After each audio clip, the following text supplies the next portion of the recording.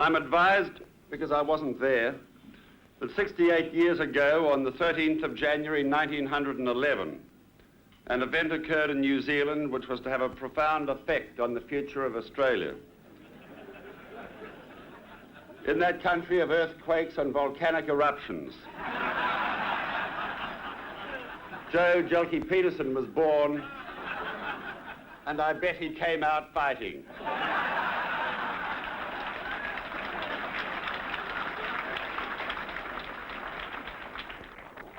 People often say to me, Joe, do you ever regret getting into Parliament? And I say, no, I never regret it. It's an entirely different life from the one I grew up in. I have a much greater freedom and so on. But I said, because I believe that the way opened up. And as Florence said, and so I say, that I've been deeply grateful to God that he's given me health and strength and the ability to continue down the years. Certainly the life of a member of Parliament is beset by trials and by tribulations. It's an extremely difficult job.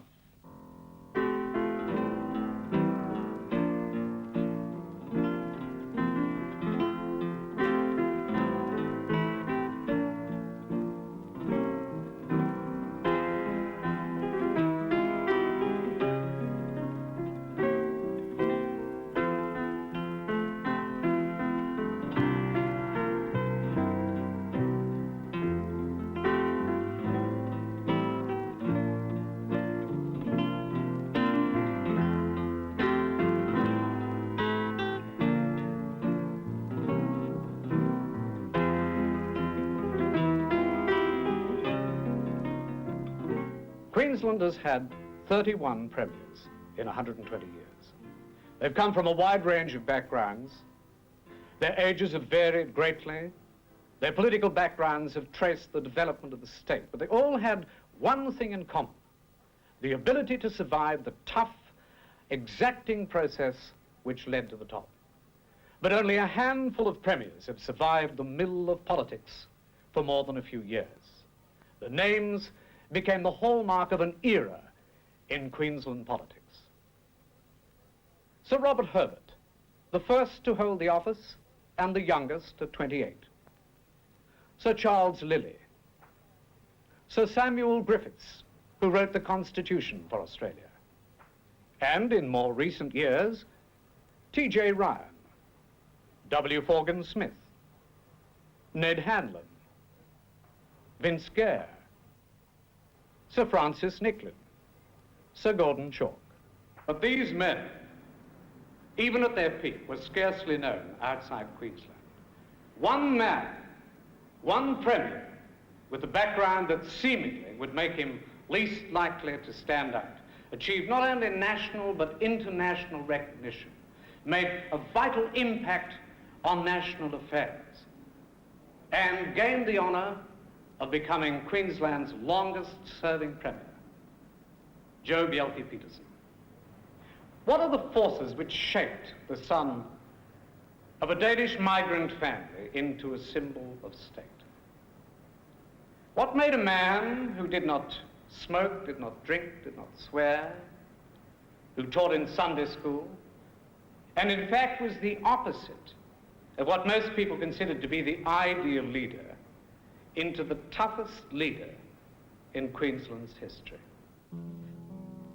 Joe Jelke Peterson, the farmer and contractor from Kingaroy, was a junior minister almost unknown publicly when fate catapulted him into the state's top job on July the 31st, 1968. On that night, Jack Pizzey died suddenly, only 6 months after taking over from Sir Francis Nicklin. Sir Francis had led the coalition into office in 1957.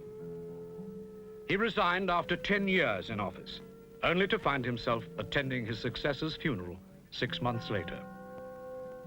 Queensland's Governor, Sir Alan Mansfield, premiers, and political leaders from throughout Australia attended the funeral of one of the few premiers to die in office.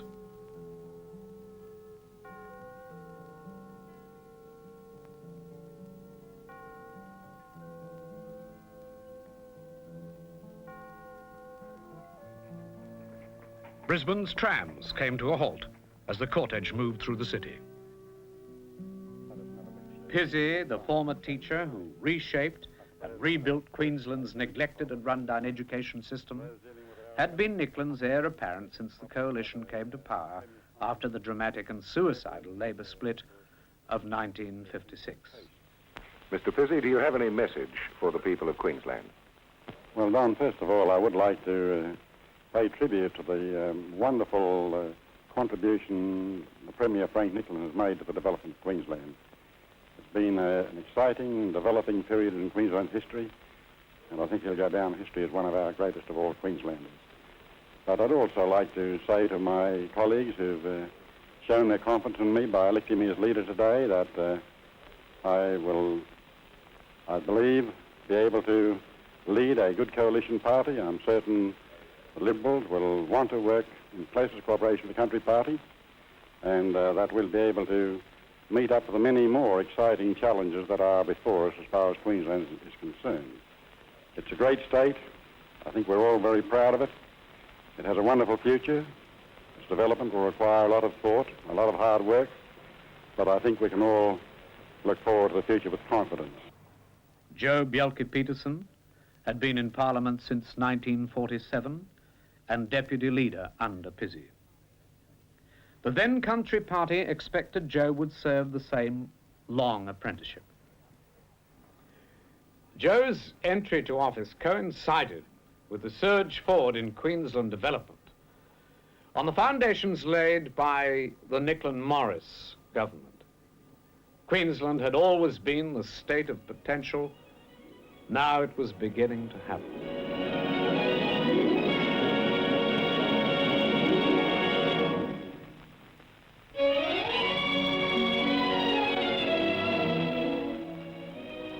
In these tranquil surroundings, long connected with the industries of the land, a new industry is emerging, one destined to play a vital part in the development of this country. For this is Mooney, 200 miles west of Brisbane, and the scene of one of the most exciting finds in the history of Australia, oil, and oil in proven commercial quantity.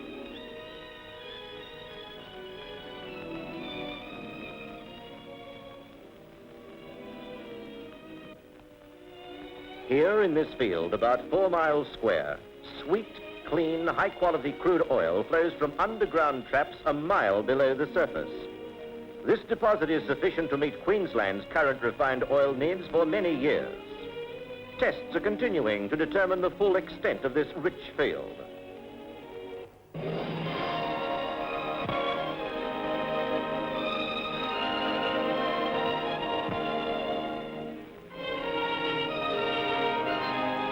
Situated in the far north of Australia's eastern coastline is Queensland's second city, Townsville, thriving, prosperous and industrious. A city of 45,000 people who relish the tropical warmth of the north and its pleasing, unrushed way of life.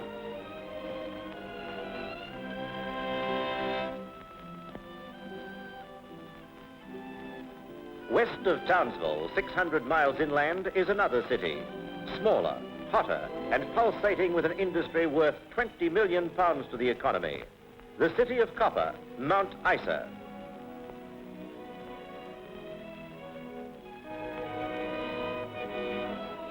Between these two cities, a great project is underway. A project designed to link the two communities together with a new railway line, strong enough to transport the heavy products from Mount Isa to the coast. The need for a new line is a vital one. The £50 million expansion program of Mount Isa Mines Limited will lift ore production to 14,000 tonnes a day by 1965, and fast transportation of its blister copper, lead bullion, silver and zinc will be of paramount importance. Already Mount Isa Mines produces more than half of Australia's total output of copper and more than 1/5 of its lead. Good roads are already speeding up the state's newest and most promising industry, tourism, an exciting trade worth £38 million to the economy each year. Practically non-existent a few years ago, the motel is fast becoming a popular sight on Queensland's roads. Thanks to good highway construction, more than 120 of these colourful car hotels are doing fine business, and many more in the construction stage are waiting to share in the industry's fortunes. Queensland was on its way to becoming Australia's Texas, big enough, rich enough, and individual enough to do things its own way. But Joe Bjelke-Petersen, newly sworn in, soon found why the majority of his predecessors in office had failed to survive more than 2 terms at most. He was now captain of the ship, and the political storms were gathering. His delay in going to Killarney, wrecked by a tornado, brought the first gust of criticism. You did mention earlier that there hadn't been sufficient liaison between the government and local authorities. How do you think that liaison could have been improved? Well, this is true. I've got to admit that probably there wasn't the liaison and the close contact with the local authority right in the initial stages. This did take some weeks in other places, and where there's the Gold Coast and in the north, and Bowen and Ingham, where they had the floods. This did work automatically where the local authority came in. I think perhaps they and we didn't appreciate it, that there was this close need necessary here immediately. It quickly grew to a gale as the opposition tried to bring him down for alleged conflict of interest over shares in an oil exploration company taken out as a backbencher. My personal interest in oil exploration in Queensland dates back right to 1954, when the late Mr. Evans and myself applied for authority to prospect on an area around Mackay. We paid the necessary deposit and rental and otherwise met the conditions that were set by the Labor Party of the day. If oil had not been discovered in Queensland, it is unlikely that the leader of the opposition would have troubled to make the present accusation. The amount that I received from the initial transaction did little more than compensate me for my time and my efforts over the years. Acting on legal advice, I made a full disclosure concerning the transaction to the Income Tax Department, which assessed me with tax. I lodged an appeal against the assessment and elected to have the appeal heard by a High Court judge. It must be apparent that if I considered I had permitted any deceit or any impropriety, I would not have embarked upon an appeal in a court open to the public with the proceedings likely to attract press publicity.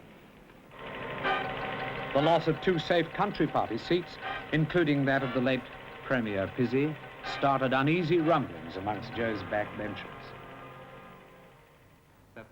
The controversy over the decision to mine the Kulula sandmass north of the Sunshine Coast crystallized the discontent as more and more party members began to believe that the Premier's declining image spelt electoral disaster for them at the coming elections. Mr. Premier, would you be prepared to call a royal commission into the Kulula Sands case? No, I don't think this certainly is a question that Cabinet hasn't considered. And I doubt whether Cabinet would consider a royal commission into it, because we have looked into all aspects of this particular case. Your decision on Kulula follows very closely on last Thursday's so-called crisis cabinet meeting. Is this an attempt to present a united cabinet front on what amounts to a popular issue? No, it's not a question of trying to show a united front. We've always had a united front in cabinet. And this is just that the decision was made after a long and careful consideration of the whole problem. And it was made last Monday. The move came in October 1970, when 4 MPs came to see the Premier to ask him to resign or face the axe the next day in the party room. Their mistake was to forewarn Joe. By the next morning, he had given an indication of the tenacity, the ruthless determination never to accept defeat. He gave a demonstration of the organizational ability he had already used to become first deputy leader against more senior ministers and then later Premier. He turned a voting deficit into a vote of confidence. The basis of the challenge, of course, is on that of the image of the government as a whole. And as I made it quite clear to the members on that occasion, the image of the government is tied up with every single member of Parliament. What happened at today's meeting? At today's meeting, of course, there was a very full and a very frank discussion, and it was amicably resolved, just as it was the other day at our country party meeting. May we inquire how closely this result was achieved? It was 100%. There was no question of majority or anything of that nature. Can you confidently state this will be the last challenge to your leadership? Well, I'd say yes. I think so. I think this will be the last one, at least before the election, and this is the basis under which we operate as a party and as a government, 3-year period. Have all your ministers given this undertaking, Mr. Premier? Oh yes, they're quite sincere that they will support me without question. That's Right up to the next election? I'm sure they will, yes. Joe capitalized on his experience to reshape his image. Soon after that conference, he made the first of a series of decisions that stamped him as one of the greatest innovators in Australian politics. He appointed a media advisor, and characteristically, he chose a journalist who had given him a hard time in interviews. Alan Callaghan was the ABC's Queensland political reporter, a man who often had called on the Premier seeking news, and who was the first to interview him on film the day he was sworn into office on August the 8th, 1968. How do you view a three-cornered contest for country party held seats, particularly in view of the Liberal Party's publicly stated aim of becoming the senior government party by 1972? Well, Alan, a three-cornered contest where there's no sitting member, okay, that's fair enough, and we're quite happy with that. We're certainly not happy where there are three-cornered contests against either our candidate or a Liberal candidate. And I say it is completely and utterly wrong.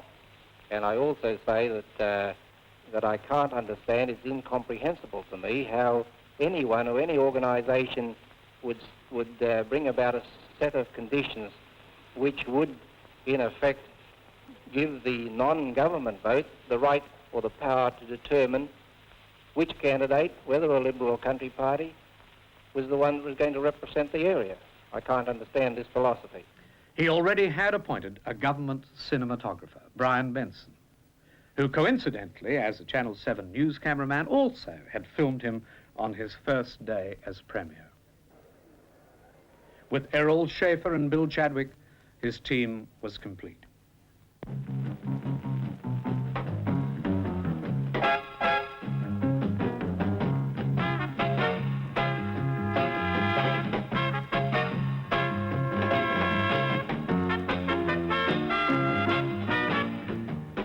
Next, Joe took a step that was criticised by even his Liberal coalition partners.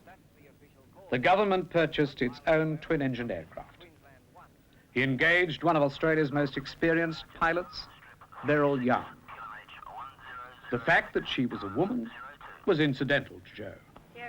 His watchword was expertise, and he always chose well.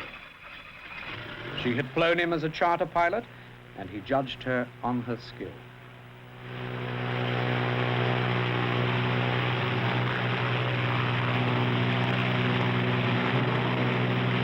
I sometimes refer to this plane as my flying office.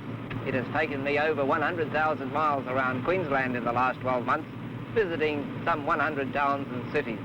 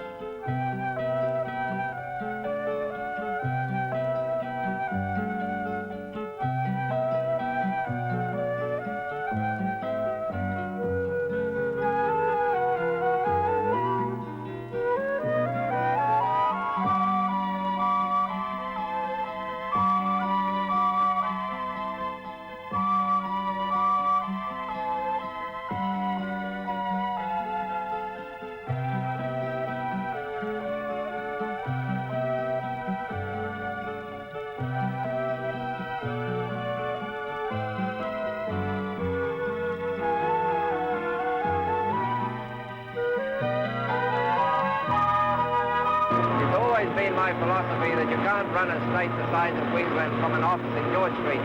You've just got to move around to see and to hear for yourself the requirements and the needs of the people generally. And that's why I've always flown around Queensland during the years that I've been Premier.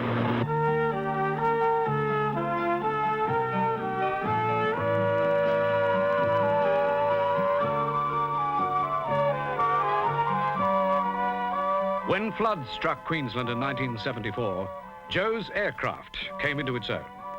Wings, not wheels, were the only way to cross huge areas submerged in a brine sea.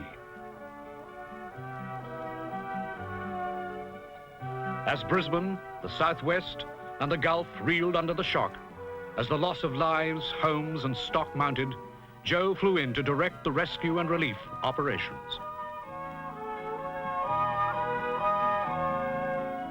The plane was essential in a state as big as Queensland, and it enabled him to take the office of Premier and his government to Queenslanders.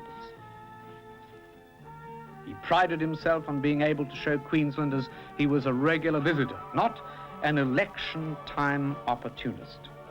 And Queenslanders remembered it time and time again at the polls. Joe was one of the first politicians to adjust to the new methods of reaching Queenslanders. He still used the traditional means of the street talk and the public hall rally, but to these he added the street walk, old hat today. But it was a very different story when he made it a political first in Gympie in 1972. Joe realized, however, that one television appearance or open line radio reached more people instantly than 1,000 public meetings. He did not hesitate when a Brisbane radio station offered him the chance to be the first Premier with a regular open line session in which listeners could directly question him on government policy and performance. 4BH at your service, inviting you to ask the Premier on 214444, and here's our caller. Good afternoon, Mr. Premier. Good afternoon. He started the government's own television show to illustrate to Queenslanders what they were getting for their taxes. Joe Bjelke-Petersen speaking. How did you get to and from work, to and from the shops, to and from school today? In Brisbane, you would have travelled either by train, by bus, or by car. You would be one of over 500,000 people on the move. You expect fast, efficient, comfortable transport. Providing it is one of the major tasks being tackled by your government.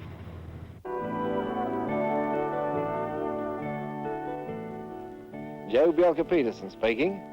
This is the Bunya Mountains National Park near my home at Kingaroy.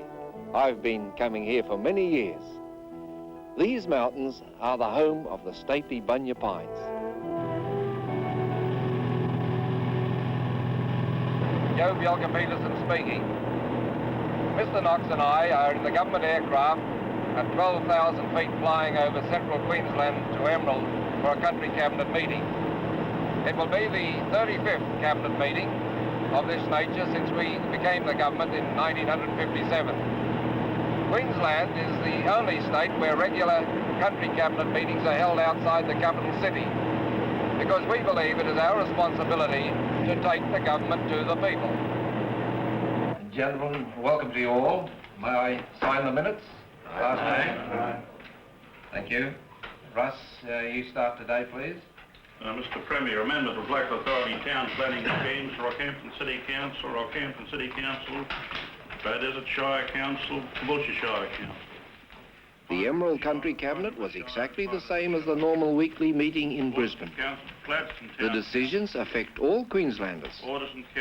Cabinet begins with the minutes, in which each minister seeks approval for public works, local authority programs, and legislation and staff appointments. Proclamation Foreshores, Livingstone Shire Council. Approval of local authority bylaws, Bunya Shire, Peak Down Shire. But at this stage, he was still largely unknown outside Queensland. It took a football game to alter that. The South African Rugby Union sent the Springboks team to Australia. The team was condemned by some on the grounds that it was picked solely on race, not on ability. Joe saw the issue, particularly in Queensland, differently.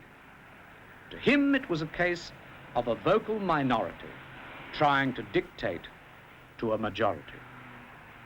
He determined that those who wanted to see football would be able to do so.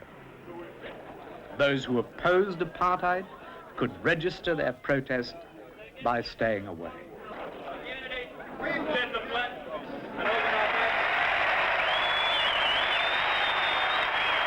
To secure a ground that could be patrolled to prevent ugly scenes that had occurred earlier in southern states, the government took over the Brisbane Exhibition Ground under proclamation of a state of emergency.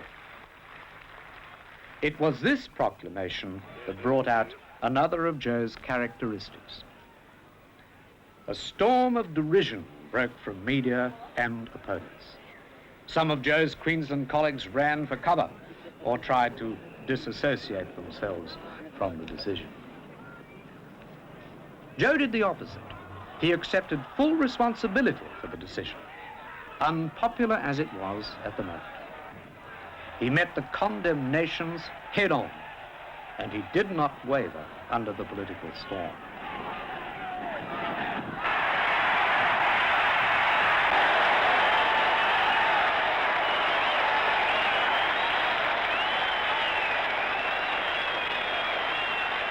The game was played, the Springboks won, but the ALP, which had helped organise the demonstrations, suffered a massive setback with big swings to the government in 2 by-elections shortly afterwards.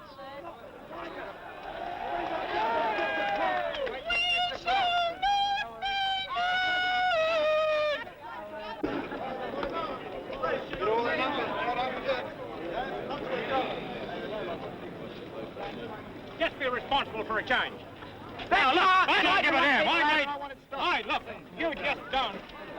Don't make it between your hands. Shut up and get out. Don't make your own decisions. Let's go back. Straight back. After the match outside the South African team's motel, 2 men met who later were involved in issues with the Premier. Police Commissioner Ray Whitrod and ALP Senator George Georges. Whitrod was to reside in the aftermath of Cedar Bay, and Georges was to be involved in the street marches controversy. We've got to have cars through here directly. Excuse me, just man to man, what's your view? No, I don't want you just really get out. You must move back off the road.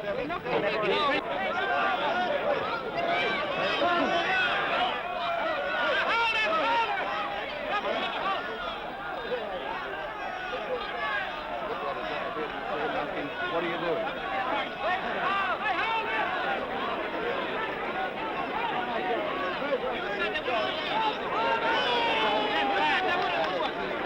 Joe had been fully willing to accept sole blame when things were toughest. Now he was entitled to sole credit for the eventual results. A near loser in 1970 had now become a new force, not only in Queensland politics, but in national politics. Only a year later, his next and greatest test came with the election of the Whitlam Labour government in office in Canberra. December 2, 1972. As Edward Gough Whitlam is fond of pointing out, the anniversary of the Battle of Austerlitz, when Napoleon inflicted a shattering defeat on a shaky, demoralised coalition. On this night, in his electorate in Sydney's western suburbs, the date must seem prophetic indeed, as the results come pouring in. Results placing Whitlam firmly in the chair he has coveted for 20 years, the chair of the Prime Minister of Australia. Gough Whitlam loses no time in implementing some of the policies which have carried him to the pinnacle of political power, promises nurtured and polished during those 20 years on the opposition benches. He and Deputy Lance Barnard formed together the first Whitlam ministry, the 2 men holding 27 portfolios between them. Later, 25 other men joined them for the swearing-in of the second Whitlam ministry, and it looks like the brightest of Christmases for the party's heavyweights. It's all too easy to be carried away by the euphoria of our return from our sojourn over so many years in the wilderness. None of us should forget the alternative. It was a popular result. Many thought that a change of policies was long overdue. Many thought that they could live with a socialist party in power. Joe did not, and almost immediately became the chief voice in opposition. At first, at the amusement of many. His lone voice seemed doomed to be submerged in the tide running strongly towards a central government in Canberra. But he refused to compromise. He believed that a single central government would be out of touch with a nation as big and as diverse as Australia. The issues came thick and fast. Torres Straits, Aborigines, Medibank, housing, education, abolition of the states, defence, as the Whitlam government began pressuring the states to bend to its will through a mixture of political persuasion backed by financial force. The federal and Queensland governments differed sharply, even when other states caved in. But even at the height of political clashes, the differences, as far as Joe was concerned, did not become personal. He retained a respect for Gough Whitlam's ability, telling him on one occasion, "It's not you, Gough, personally, it's your politics." The federal government didn't see it quite the same way, particularly as the slide to electoral disaster began. But only 3 months in office, Labour runs head-on into its first crisis. Yugoslav Prime Minister Djemil Bijedic is to make a state visit to Australia, a visit violently opposed by some migrant groups here. Whitlam's China trip, though, is an unqualified success. He becomes the first Australian leader to set foot in this country, one of the first communist nations to be recognised by the new Australian administration. His welcome to Peking is impressive.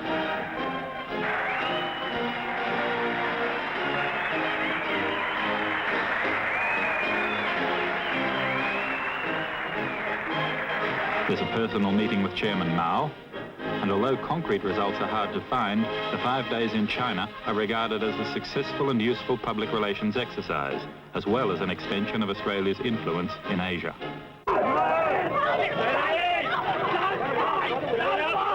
But back home, the first signs of disillusionment are becoming very evident. Aboriginal groups who had stifled under the Liberal Country Party administrations are beginning to complain that Labor seems little better. The farmers are up in arms. Many of them are going broke, and Labor seems unconcerned. Whitlam himself tells a meeting of angry graziers, "You've never had it so good." The first of a series of controversial moves was the Gare affair, ironically involving another Queenslander, Vince Gare, a former Premier. The Whitlam government saw a chance to make it easier to gain a vital extra Senate seat in Queensland by creating an extra vacancy. They appointed then Senator Gare as ambassador to Ireland, but overlooked the one vital detail, the time of his resignation. This enabled Joe, by sheer driving determination, to issue writs for the election of 5 senators in Queensland, before Senator Gare resigned officially. I think a lot of your old friends and allies felt you'd betrayed them, felt let down by it. Do you feel disappointed that they feel that? Well, they expect me to carry the Cross River. They're always talking about the necessity of having youth prominent in the party. So I gave them what they wanted. An opportunity of appointing young men. Do you think they should have stood by you better than they have? Oh, I don't know. I think in the main, I have the support and loyalty of the members of the party. It's proven by the number of telegrams and letters I've received from people who are members of the DLP. Not only in this state, I've had them from Victoria, New South Wales. Do you still think you did the right thing in accepting the job? I did, yes. There was nothing wrong in accepting it, and I think I'm quite qualified for it. No one's disputed my qualifications. This meant that Gare's seat would become a casual vacancy, which would be filled by an appointment by the Queensland government rather than by an election. Yes, it was a very shrewd move. That's one way of expressing it. We naturally reacted quickly and firmly in relation to the situation that it would create, as far as Queensland people are concerned, as far as the whole of Australia would concern. And do you think you've now outmanoeuvred Mr. Whitlam? It's not a matter of outmanoeuvring him as such. It's a matter of taking action that would, as I said, protect the interests of the people of Queensland, the people of Australia, because we are deeply concerned at the trend of events in Australia or throughout Australia because of the present federal government and their complete desire and burning ambition to control the lives of the people of this nation by one means or another. And this was just one means further that they sought to gain this control. Do you think there will be a High Court challenge to your decision? Well, I don't know whether there will or there won't be. I'm not particularly interested in that. I'm particularly interested in doing what I did do along constitutional lines of issuing the writ for the election of 5 senators. The next major issue came with the death of Labour Senator Bert Milliner, leading to what became known as the Field Affair. The argument was never about replacing Milliner with a Labour man, but that the ALP would supply a panel of 3 names. The ALP under Tom Burns thought it could bluff the Premier, something they should have known was never on, once Joe gave his word. They thought he would never be able to find an ALP man willing to be nominated by a non-Labour government in the face of the scorn, derision and hate that would come his way almost immediately. They were wrong, and in fact the Field Affair pointed to the disaster to come for Labour both in Canberra and in Queensland.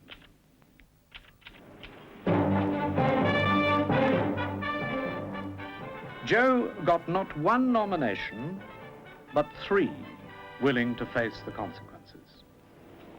Well, this is the man that Premier Joe Bjelke-Petersen thinks should represent Queensland in the Senate, Albert Patrick Field. You're right. president of the Furnishing Trade Society. That's right. I believe they call you Pat. Yes. I know you've got 2 children. You live in this house in Norman Park, but that's about all I know about you. You've been pretty well plucked from obscurity into this position. right. How did it come about? Why did the Premier choose you? Well, I don't know why he chose me. I put in for the position and... You actually approached the Premier, in fact? I wrote in because I see they were calling for nominations of Labor Party members. The Premier was calling it because he wanted a choice and the ALP wouldn't give him a choice. You've got to protest some way, and this is my protest against the federal government. It might cost me a lot of friends I've known for years in the Labor Party. Well, are you a member of the Labor Party, or have you been? Yes, I've been a member of the Labor Party since, on and off, 1937. Off only during the war, back again after the war. And when did you last go off? That'll be today. Why did you put yourself up there? The Labour Party then had a question to answer. Why did this man, Pat Field, and many others like him, who had worked for the party, who had handed out its how-to-vote tickets, turn on the first Labour government in Canberra for a quarter of a century? Labour was to find that answer very shortly, on November the 11th, 1975. The headlines told the story. Whitlam sacked, and a public that could scarcely believe the newspaper posters confirmed the Governor-General's decision a month later. It was Joe's greatest moment, but his real achievement was to preserve the federal system. He had shown that the states still possessed real powers and could, acting together, break any federal government. The first test came in 1973, when Mr. Whitlam asked the British government to pass legislation that would enable him to bypass the Australian Constitution. The states, led by Joe Bjelke-Petersen, sent their premiers and legal ministers to London to persuade the British government to stay neutral and to force Mr. Whitlam fight his constitutional battles at home. You've got to recognize, ladies and gentlemen, that we are sovereign states. We have been in existence long before the Commonwealth came into existence. We have been dealing direct with the British government right back since 1859. And indeed, the Commonwealth only came into existence as a result of the agreements by the states, where they gave the Commonwealth certain powers. Now, you might say, the child of the states is developed to a situation or position where it seeks to take control of the states, which are sovereign in their powers and in their responsibilities. The London meeting was unique, the first outside Australia of the premiers, including Labour leaders. Since then, no Premier, Labour or non-Labour, has shown any inclination to hand over powers to the central government, and Canberra has conceded that it must seek consensus rather than confrontation. Those who believed that Joe's principles only applied when a Labour government was in power soon learned otherwise. Clashes followed with the Fraser government on sand mining on Fraser Island. Aboriginal mineral rights, the Arracoon and Mornington Island issue, mineral exports, overseas investments. Joe thought that too many federal governments of all political colours thought that might was right, and they could reach out and use their passing powers to get their own way. But prime ministers, from John Gorton to Malcolm Fraser, were still tripping over a set Danish jaw when Joe thought that Queensland interests were at stake. What forces shaped Joe Bjelke-Petersen? They can be summed up by his love of the land, his family, his religion, and his principles. Perhaps his own words best reveal the man. Father, he had studied in Copenhagen, then down in this city of learning of Heidelberg in Germany until he was 22 years of age. And he had migrated out to Tasmania with his parents. Because of his qualifications, he spoke 5 languages. Mother spoke 4 languages. There was no problem for Father to obtain a situation or position as he did in the Scots College at Hobart. And there he taught mathematics to the senior students for several years. Then he felt the urge and the call to wider service. And he had read and heard of the many hundreds of migrants that were coming out to Australia in those days because of the depressed areas in Europe. And he was ordained and became a minister in the Lutheran Church, came up to Brisbane in the little church at Kangaroo Point as his central or focal point of operation. He often told us about how in those days how difficult it was for migrants. So many of them arrived out here not knowing what type of a country it was, where they would start and where they would begin. You know, it was in the days when there was no migration service. You got off on the wharf, as Father said, with all your belongings or whatever you'd been able to bring with you as a family, and there you stood. And as Father said, so many of these people, they just couldn't speak English. They'd come out to try a new life because of the hard conditions back in their own country. And so Father, because he was able to speak to all these people in their own language, he felt a great desire and urge to try and help them. So he met the boats, talked to the people whether they'd like to stay in Brisbane or whether they'd like to go on the land, and advised them accordingly. And many of them went, he suggested, Yangang, Warwick areas. Others again into the South Burnett, 150 miles away where we live today. After a period, Father went to New Zealand to do the same work in the North Island, Dennevex, Ormiston, Northwood, and all those Scandinavian names that are known so well today, those towns and cities. 12 months later, Mother went over, they were married, and Christian, my brother, who was 3 years older than myself, we were born in New Zealand. Carl George Bjelke-Petersen, the rather chaplainesque figure at the rear, came to minister to his fellow Lutherans and took up a post at Northwood, a few miles out of Dannevirke. There he married in 1906 and settled. By 1910, the inevitable Cobb & Co. coach was running a regular service to Wellington. Fred Collett, the blacksmith, had the first car in the district, and Mrs. Bielka-Peterson, who was by now pregnant, had the good ladies at the Dannevirke Hospital ready and waiting. But she was never to fall under the rather predatory gaze of the nurses at Dannevirke Hospital. Instead, the local midwife, Miss Lauridsen, suggested she come to her home. Early one morning in January 1911, Mrs. Bielka-Peterson obviously felt that her time was almost at hand. She got Mr. Bielke P. Sr. out of bed, they got the horse and buggy out, and they drove from Northwood, about 6 miles away, into Dannevirke. And she came here to this house to give birth to her son.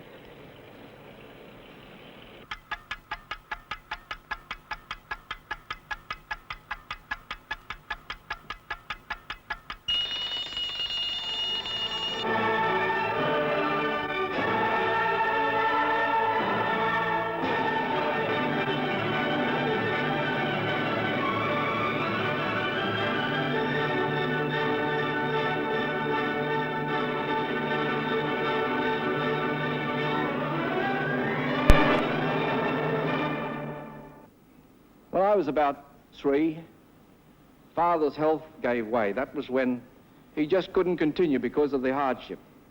I'd worked amongst these people who couldn't, well, really pay them very much at all. It wasn't easy. I don't know how they existed, to tell you the truth, when I hear of... But it was a love and a desire on the part of my parents to serve the community, to help others. They sought to instill that into me. They settled down on some raw land 4 to 5 miles from where Mother's parents lived. And if you could have seen that country in those days, and if you could imagine my father and mother without any assets, confronted with dense vine jungle scrub, and a father who wasn't well enough to attack this problem or this work, much as he might have decided, then you would realize exactly from where we started. I can remember when I first met Joe. I suppose some of you have read about it in the book and you've heard about it too. But I was secretary to the Main Roads Commissioner, and I can remember when he came in, and came in a couple of times, and he finally sort of came over and spoke to me, you know, very nicely. And I can still remember the Main Roads engineers later that day saying to me, "Florence, if he asks you to go out, you go." Because he's not married and he's got lots of money.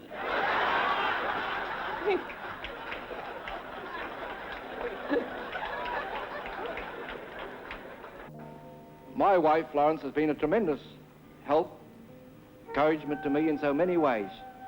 She represents me so often in my electorate, right throughout Barambah. Makes endless speeches and talks, schools and other functions. She travels right throughout the length and breadth of Queensland, continually, more appointments than she can cope with. But she does it too in a spirit of service to the community, the same spirit, helping me and the people, unpaid. Not that that is what she seeks, but she does this work and we try to run our home. In the late 40s, I learnt to fly. I bought an Oster, and one that was imported out from England, a new aeroplane. I remember at that time I read of a man who was still flying his aeroplane at 60 years of age, and I said to someone, "Goodness me, is he still flying at 60? Gee, he would be pretty unsafe to fly with. Now at 65, just about, I'm flying more than ever. Flying with my endorsement on fast, modern, twin-engine, sophisticated aircraft, and enjoying it. Best relaxation apart from being home, to get into a cockpit. You know, when you get into a cockpit and get absorbed in all the instruments and take off and so on, is a tremendous feeling of relief just as you leave the ground, to know that there's no telephones.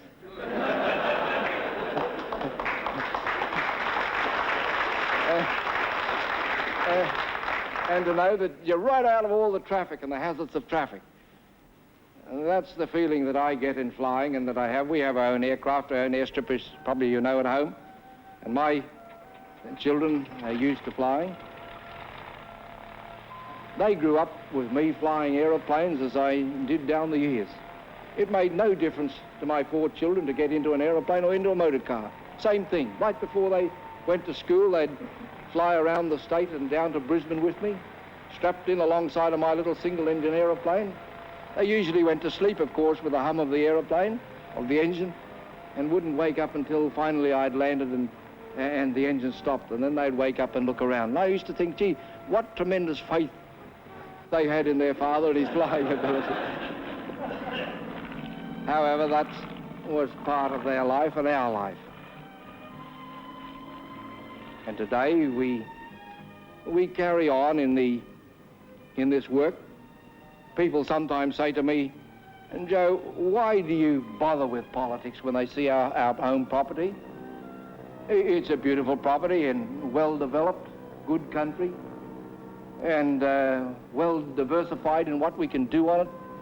Lots of cattle that are on the different paddocks in the different areas, cultivation.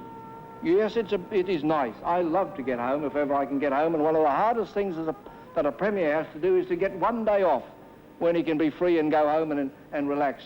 He can't even do that because of the telephones and the constant calls that come and go. But to get home on my property, perhaps for part of Saturday, part of Sunday, that's a great joy and satisfaction to me.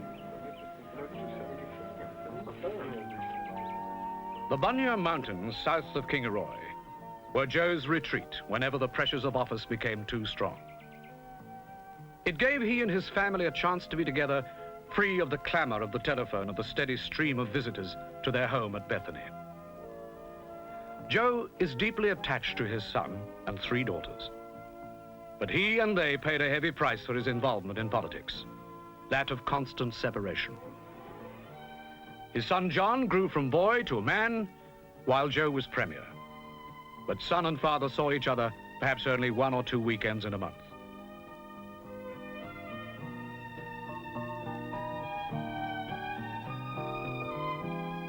Yet the ties remained close, and John Bjelke-Petersen inherited his father's bond with the land. Managing the home property, his father literally had helped carve out of the bush at the same age. Joe has 3 daughters. Helen, a teacher. Ruth, a bank officer. And Margaret, a teacher and wife of a Lutheran pastor. Margaret presented Joe and Florence with their first grandchild, Anna, and later their first grandson. Mr. Premier, do you feel grandfathers are too old to run the state? No, I don't. I think there are many grandfathers in many parts of the world, and there's all sorts of positions who still do a very good job. And would you advocate that your grandson here goes into politics?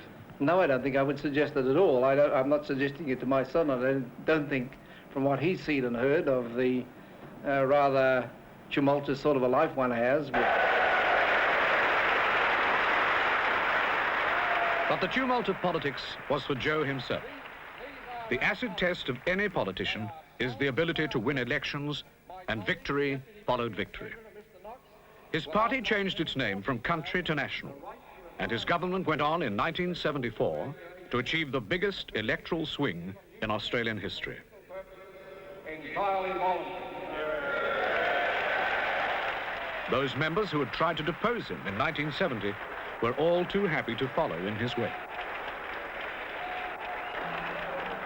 A man of action, Joe far preferred being around Queensland in the government aircraft than sitting at a desk.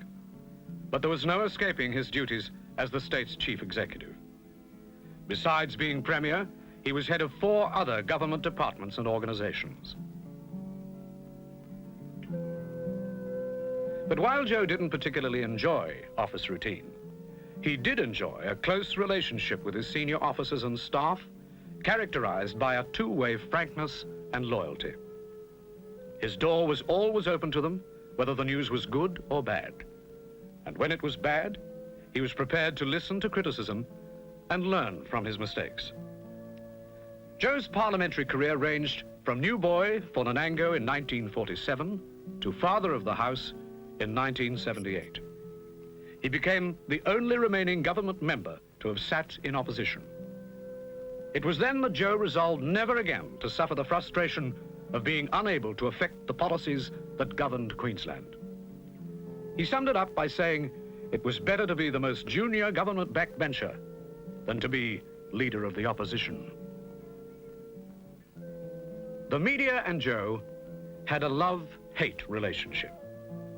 He was always accessible for a story or a good quote, and one of the few leaders to hold a daily, no-holds-barred press conference. This old typical red herring that the Labor boys always come up with whenever they're in trouble, whenever they have got their backs to the wall and just don't know what to do. Then they come up with all these sort of type What could you say? Have you got any shares, Mr. Premier? The whole question is one which doesn't relate to this situation at all.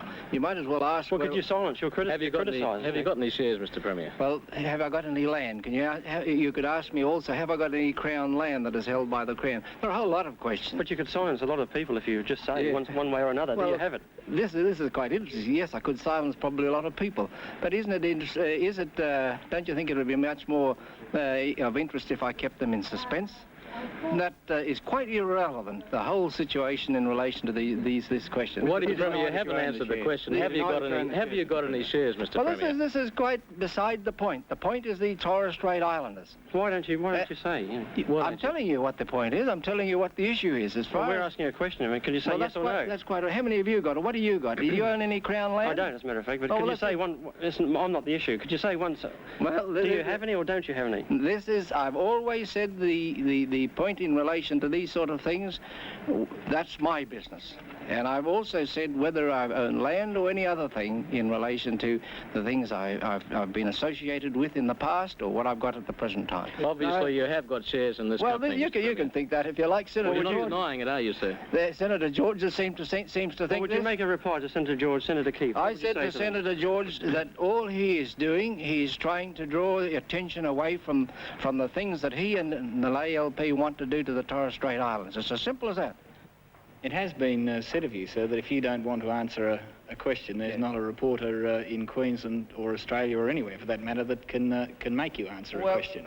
I wouldn't say that. I think that perhaps would apply to most people if there's a question that might be able to be answered in 2 or 3 different ways. Could I say that then you have a certain reputation for outwitting reporters? No, I wouldn't like to think of... Outmanoeuvring them. Well, I always try and answer the question. You try to ask it from one way. I try and answer it from perhaps sometimes a different way.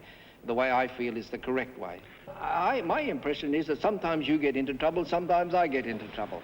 I think you can play an important role. I sometimes feel that you get off the track a little bit. I sometimes think you're not quite fair.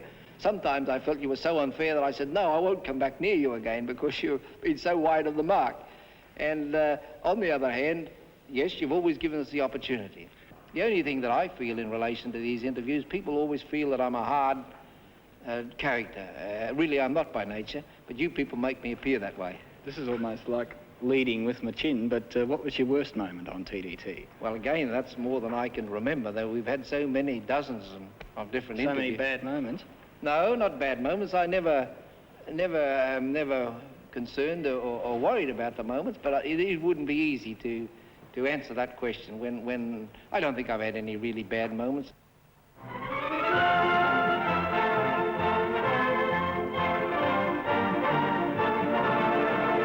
All over the world, that globe-trotting sophisticate, Queensland's very own jet-setting Premier, Johannes Bjelke-Petersen. Washington, Paris, London, Copenhagen, Kingaroy. Kingaroy? Mr. Petersen has taken Queensland's case for state rights to London. He's taken time out to carry Queensland's views to the Paris Air Show. And to Denmark's Ombudsman. And of course to Washington, where unfortunately the President had pressing matters of state and just couldn't make it to a meeting with the Premier. But Mr. Petersen was able to correct any false impressions about Australia's undying gratitude and friendship for the United States.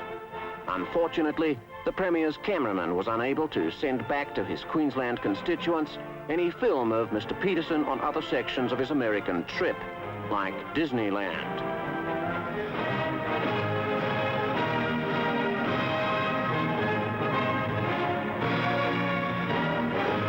Meanwhile, back at the Paris Air Show, the Premier took a long, hard, critical look at the Concorde. There was even time on this pressing tour of state to pause for a quick wave to his many thousands of loyal supporters. Well, anyway, to his cameraman.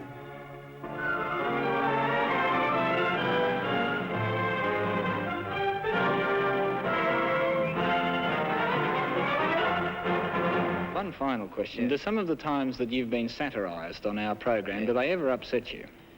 Not really, no. I've had a good laugh at many, at different ones that I've seen over the years. I didn't see the one the other night that caused an uproar, but that's for somebody else to decide. But I never mind, as long as I feel that the people know. There are a few of them that of recent times that have appeared as if I was actually on TV at the moment, speaking and answering somebody else when it's been put together from 2 or 3 different other films. That's the only thing I sometimes think, as long as it's made clear, then it's fair and above board, and I'm quite happy. No, I appreciate it, I never mind. And I've looked on this as a media to get to the people, to tell perhaps my side of the story, though often the way it's presented or the questions asked is not very easy to do that. A big part of Joe's image was as the controversial, tough, hard-nosed politician, the ruthless Premier lampooned as Jack Boots Bielke. His record term was marked by controversies which would have destroyed other politicians. His stand on the Springboks earned him the hatred of the extreme left. Their main worry about Joe was to be confirmed. Here was a conservative politician who was not swayed by public or media campaign. He hit back hard. He did not hesitate to use the weight of government. And most of all, he outlasted his opponents.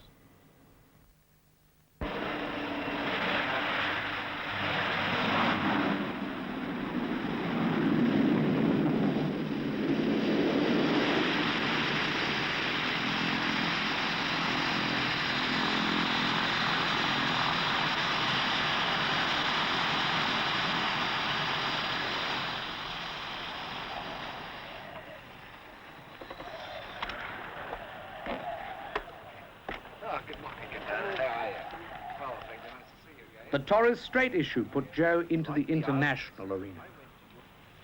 You're people of the sea, not of the land. The sea is just as important to you as the land of the island itself. The sea is what gives you most of your food. It's the highway to other islands.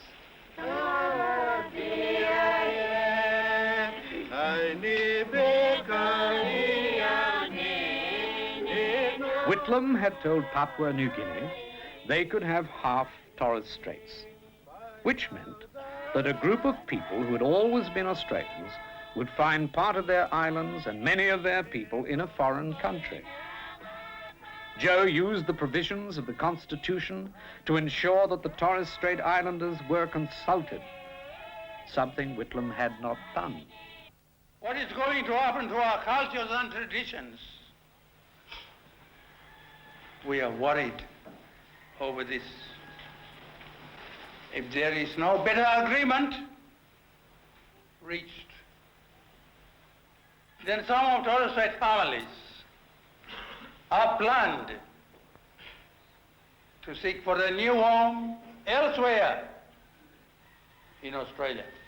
Goodbye, Murray. All very, very good. Goodbye to you all. Goodbye. The islanders' wishes were clear, and in the end, the settlement they had first proposed in 1973 was adopted by the Australian and Papua New Guinea governments. Joe Bielke-Petersen, the man condemned as racist and anti-black by black militants, had been instrumental in preserving the rights, islands, and way of life of a proud race of people.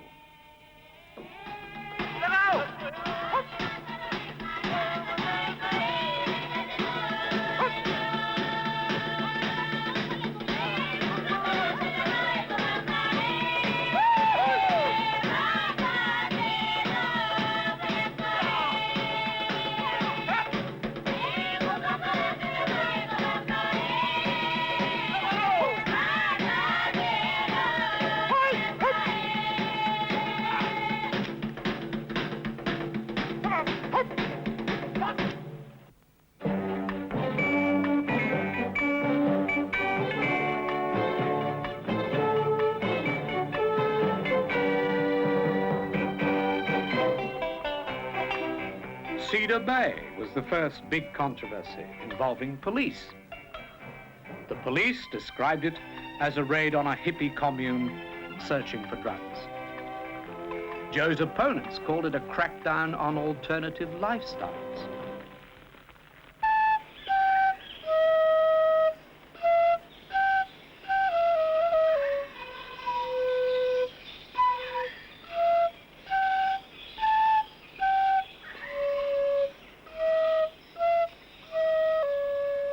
The main controversy boiled up over allegations that police had burnt down dwellings. Houses, according to the prosecution, shacks, according to the defense.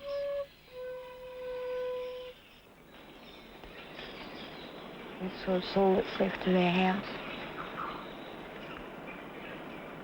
Oh, well, this is what they did to the bed. They just put all the clothes on top of it and burnt a lot of it. Emptied all that carro on top of it, and they emptied all the food on top. A radio. We had all tins of food up there, they just emptied out all over the place.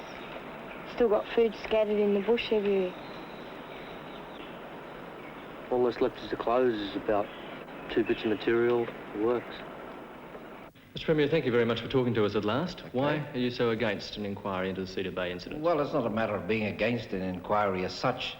But there are so many demands and requests that keep coming to us, not only in this regard, but in so many other areas, whether it's a demonstration. Mr. Whitlam, he had 70-odd inquiries going, and I mean, I don't know what we got out of them. There have been very serious allegations made, though, in the form of science statements. Yes, there have been serious allegations made, this is sure, but you've got to also remember by whom they've been made, many of them. That's not for me to deny this or that. I've read the reports. There may be other aspects or angles that come out at the hearing. Mr. Premier, you said that the ALP is behind many of these allegations. Yes. Can I put it to you that the chairman of committees, a Liberal member, Mr. Bill Hewitt, also wants an inquiry, that the Courier Mail and its leader today also Yes, I don't take inquiry. much notice of the leader of the Courier Mail What about as Mr. far Bill as that's Hewitt? concerned, because they're always so often wide of the mark. I often think to You myself wouldn't accuse that them of being ALP supporters, though, would you? Some of these writers who sit away up there, removed from the scene, they make judgments without knowing the facts. And anybody who makes a judgment without knowing both sides of the situation, as they often do, they condemn themselves. Do you know both sides of the situation, sir? I beg pardon? Do you know both sides of the situation? Yeah, I know it pretty well. Yes, I do. How do you know them, sir? Well, I've been informed by the minister. I've read the reports. I've seen your show on it. I know that side of it as you've presented it. As you presented, I often wondered how do you go along with what you've shown as blaming the police for that? That's what I'd like to know too, because how long between when you were there and when the police were there?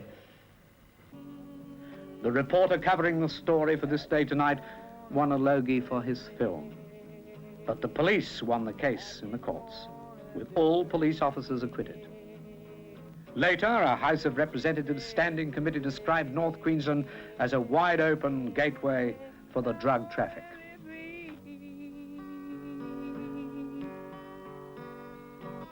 The biggest issue of all was street marches.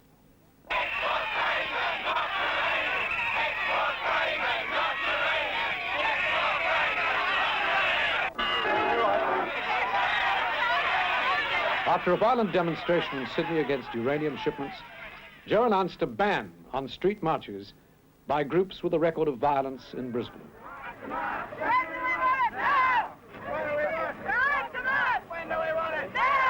The Traffic Act was amended to transfer the right of appeal against refusal of a march permit by the District Superintendent of Traffic from a magistrate to the Police Commissioner.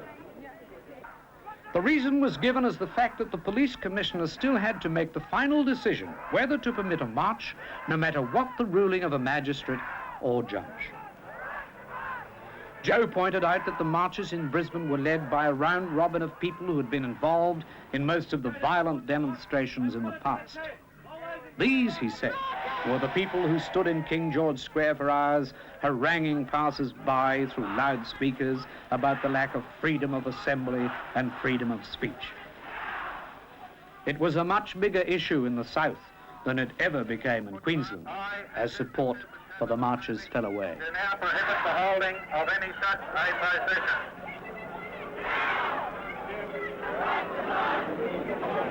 You're very close. You're the leader, huh? foolish indeed if you don't go home peacefully.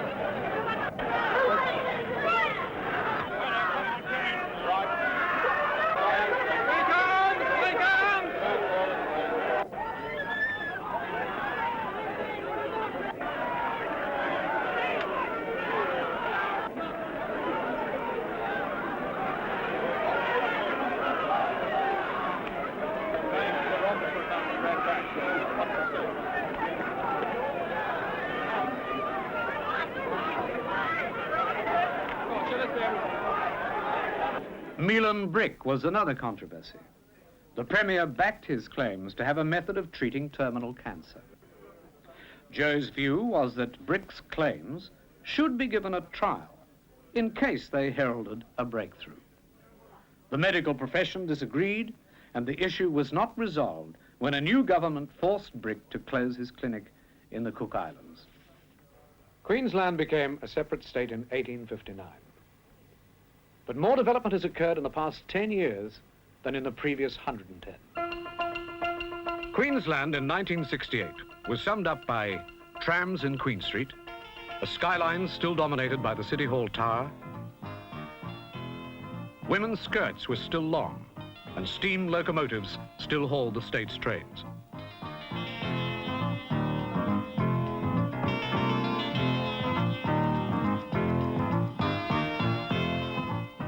Under Premier Bjelke-Petersen, the City Hall became lost in the building boom. The railways went through dieselization to electrification.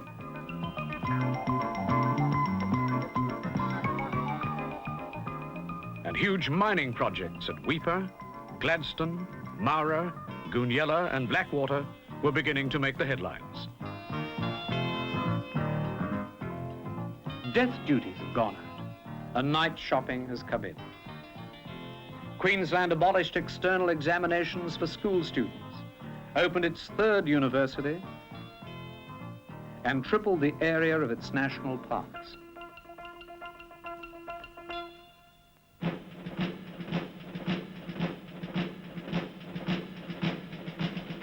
The Queen and members of the royal family paid several visits. Joe was always a firm believer in the institution of the monarchy as the base of Australia's democratic system of government. This was the reason for the move to have the High Court confirm the Queen as Queen of Queensland, as well as of Australia as a whole. A constitutional ploy to prevent the Whitlam government from declaring Australia a republic without holding a national referendum.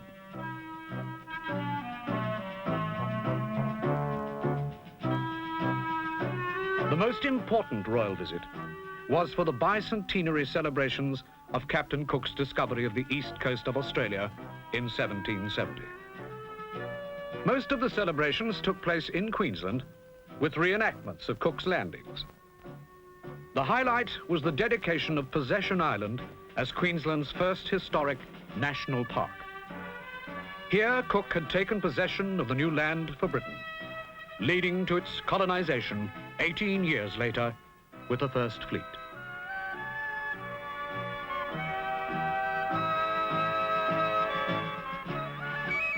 In November 1978, Joe symbolically took the controls of a diesel-electric locomotive to inaugurate Brisbane's new Cross River Link. The scheme to join Brisbane's suburban network together for the first time had been on the drawing boards for more than a century. The event symbolized a new era for the Queensland Railways, which has languished for some 3 decades after the pioneering rail lines had opened up the state. The minerals boom had brought new rail lines and modern rolling stock. The oil crisis focused new attention on the role of the railways for freight and passenger traffic.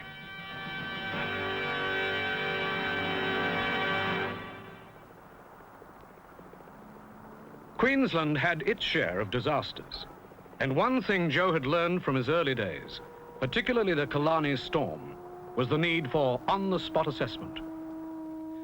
Cyclone Althea, which wrecked Townsville, gave the newly created State Emergency Service its first major test. It was followed by the biggest disaster in Queensland's history, the 1974 Brisbane flood, which shocked the nation with its suddenness and huge toll in life and property. The grim reality of Australia Day 1974 was all too clear from the air.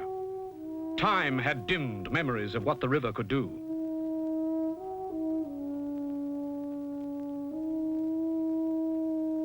All political differences were forgotten in the joint aid program by the City Council and the Queensland and federal government.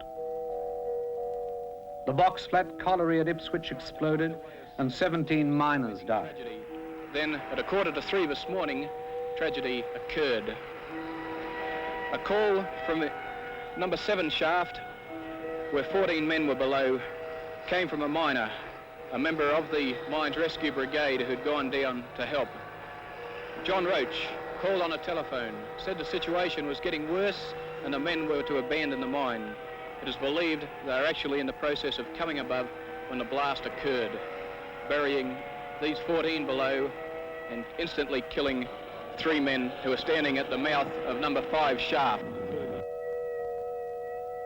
Soon after, another 13 miners died at the Moura underground mine. Joe was there.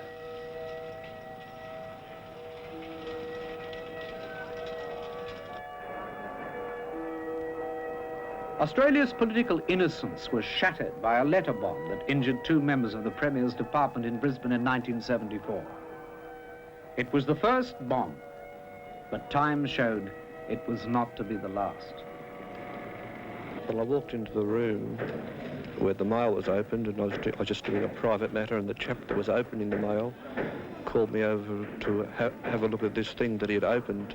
He had opened the envelope and took the contents out of the envelope, and we just thought it was a bit of a gimmick because, you know, quite often things like that get sent into the Premier. I picked up the envelope and just saw that it was addressed to the Premier, and on the envelope it had printed press release kit. Then I put that down. Then I was going to pick up the other thing that came out the envelope, which is a piece of cardboard with the sort of wires and everything on it. Then as soon as I touched it, it just blew up. As I understand, this is possibly the first letter bomb that has been really passed through the post here in Queensland. And for that matter, officers say that possibly it's the first one of this nature that's been handled in Australia. Joe, who began his career with only his staff for company in public, finished the decade with 1 and sometimes 2 police officers always nearby. Security was no longer an office joke. It was the price a man either revered or reviled paid for success. The most interesting development was the discarding of the word Bielki for the more affectionate Joe. His friends loved him, his enemies hated him, but both respected him. A brand of cheese was named after him, Jelky Blue. Well, I'm not interested in being immortalised. I'm not one of those people who seek this sort of thing, as you know. The other one, well, I could say something about that, but as far as the cheese and the name is concerned, I only want to compliment the men who've shown some initiative. Have you tried the cheese at all? Yes, I've tried the cheese. It's delightful. It has got Kingaroy peanuts in it. It's got Caboolture cheese. Better than peanut paste? Well, I wouldn't say that. I don't wish to draw comparisons, but it's an ideal product. It's wholesome, it's nourishing, and you can eat it with confidence. You think it'll be a big seller? Yes, I think it may be, having in mind that southern firms are already asking for the agency, so I'm informed by the Caboolture company. Do you think there's any risk that it might stick in your throat or go down the wrong way? No, even our Labour opponents could eat it with confidence. It wouldn't stick. Premier Joe's premium tea from North Queensland followed. His biography was published by Queensland University Press. The Joe hat became an instant success, and Queensland's Sun and friends and critics wanted to write the successful Joe song.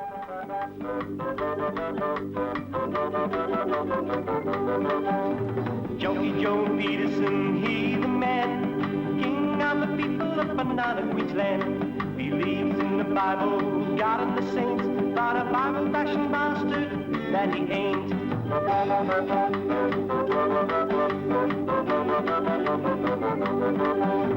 Search for oil, release the gas, for all those shares he paid cash. Speaks his mind, speaks it true, we're free from the commies and the Canberra crew. Mr. Premier, I'd like you very much, Paul. A record about yourself. The first totally produced in Queensland, and we did it down at the factory which we got from DID Assistance. Oh, thank you, Paul, very much. It'll be very interesting to hear it. I'm sure it's a good one.